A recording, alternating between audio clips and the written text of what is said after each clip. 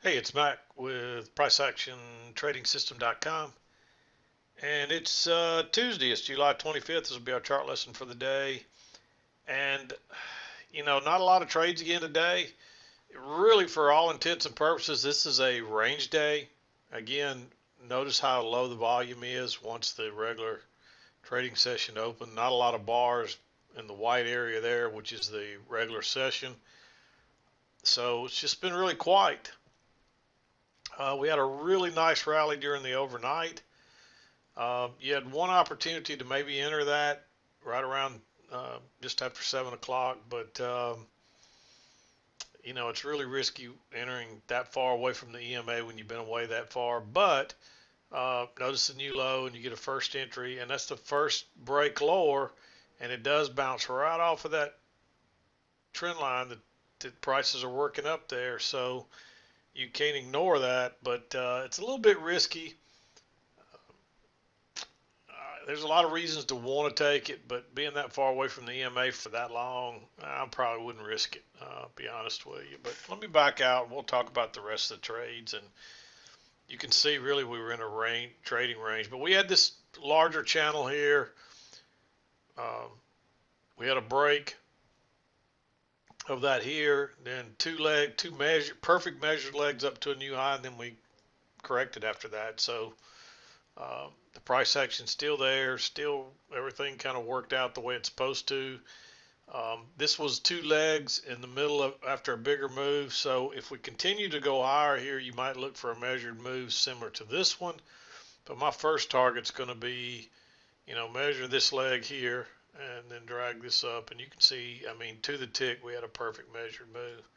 Doesn't get any clearer than that. And when we had this first leg down, of course, you want to measure it here and then look for a possible measurement. We didn't quite make that, but I'd also measure this, and this would be my first target. And you can see we missed that by a tick, it looks like. So either way, it gets you pretty close. But that's your two-legged correction. And a lot of times once you get a two-legged correction, if prices continue higher and you get another trend, you might get a measured leg like this one. We didn't do that today. We only got a measured leg similar to this one. And but it was to the tick, and then we sold off after that. But yeah, you got a trend working up, you get a break, move to a new low, then two legs up to a measured high, and then we sold off. So um, we had this break here. We got a second entry long right here, right off the trend line. This would really need to be where your stop goes below this bar right here, the big negative bar.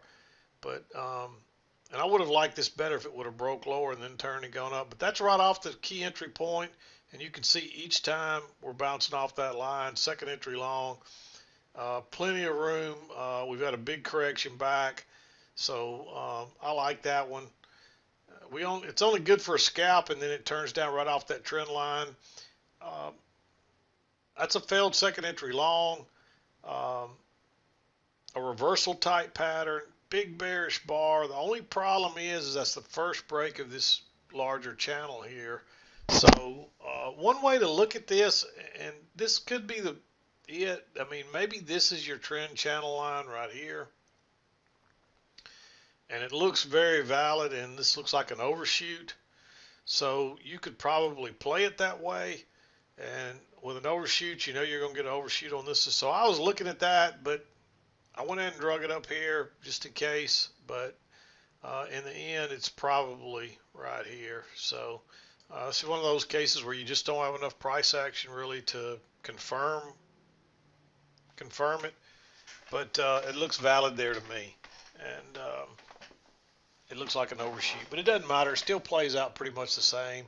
You still get your break here, regardless of which line is the right one, and it never really comes back into play again, so you don't really need it. But it would have been nice if we knew for certain that was an overshoot, because um, that might have kept you from trying to get long in here. But it would have worked. Even if you do get long here, it works, and there's no other long after that. In fact, you should be almost expecting this trap here, because this confirms that trend line. Again, it's not quite enough reason for me to make this red, although it is very close, and you could argue for it to be red. But I'm still going to leave this one green, just simply because you got this big uh, rallying trend going up, and that's the first pullback to that trend line in a long while, and it is a second entry long. Notice your new high. You're correct. You get a first entry. You're correct. You get a second entry.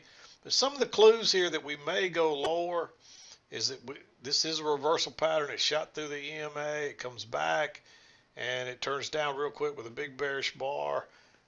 That's a reason to be thinking short. In this case, I'd probably wait on that lower high, which does come here, and it does pretty much prove out that trend line. It closes all inside again. Another bearish bar. I like going short there. Um, there's a little bit of congestion there, but it failed out the top and turns and goes out the other side, and that's kind of what you're expecting. And I would look for that measured move down in both ways as I showed you. And you don't quite get there, and you don't quite get down to this low here. And I couldn't determine if this was here or up here. I think it fits better up here. Notice the gap there, and these lines are closing off of it. We close inside, so it looks like a little overshoot here to me, to be honest. Uh, and of course, we had the failed second entry long, and then we had the failed breakout here, the big bearish bar. It actually went out the top and turned and went right out the other side. I like just having to stop there.